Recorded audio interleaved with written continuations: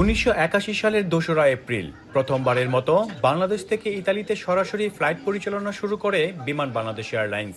দীর্ঘ 34 বছর পর 2015 সালের এপ্রিলে অনির্দিষ্টকালের জন্য বন্ধ হয়ে যায় এই ব্যবস্থা।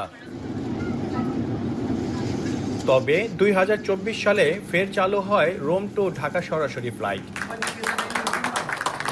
বর্ণাঢ্য আয়োজনের মাধ্যমে নতুন করে চালু হওয়া ফ্লাইট সার্ভিসের বর্ষপূর্তি উদযাপন হয়েছে ইতালিতে।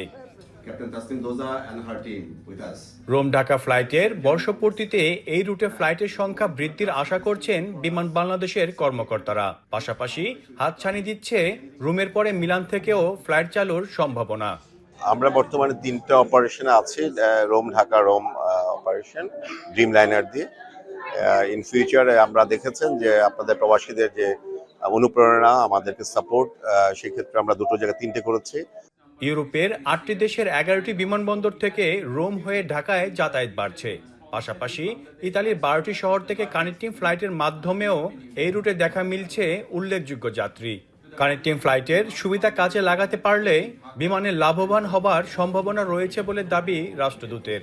এটা খুব বড় উদ্যোগ এবং আমি মনে করি যে এই উদ্যোগের মাধ্যমে বিমানের প্যাসেঞ্জার সংখ্যা আরো বৃদ্ধি পাবে এবং আমাদের প্রবাসে ইতালির বিভিন্ন শহরে যারা বাংলাদেশি আছে তারা যেমন বেনিফিটেড হবে এবং ইতালির পার্শ্ববর্তী অন্যান্য ইউরোপিয়ান ইউনিয়নভুক্ত অন্যান্য দেশ থেকে যারা প্রবাসী আছে তারাও এই সুযোগটা পাবে। বর্ষপূর্তি উদযাপন অনুষ্ঠানে 2024 সালে বিমান বাংলাদেশ এয়ারলাইন্সের সর্বাধিক টিকিট বিক্রেতাদের পুরস্কৃত করা হয়।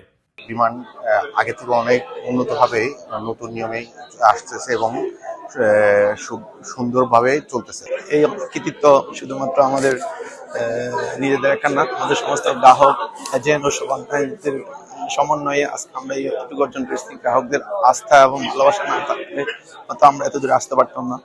সংশ্লিষ্টদের আশা, লাল সবুজের পতাকাবাহী বিমান বাংলাদেশ এয়ারলাইন্স শীঘ্রই ইতালি সহ ইউরোপ জুড়ে প্রবাসীদের জন্য আবির্ভূত হবে গর্বের প্রতীক হিসেবে। মনিরুজ্জামান মনির, এখন ইতালি।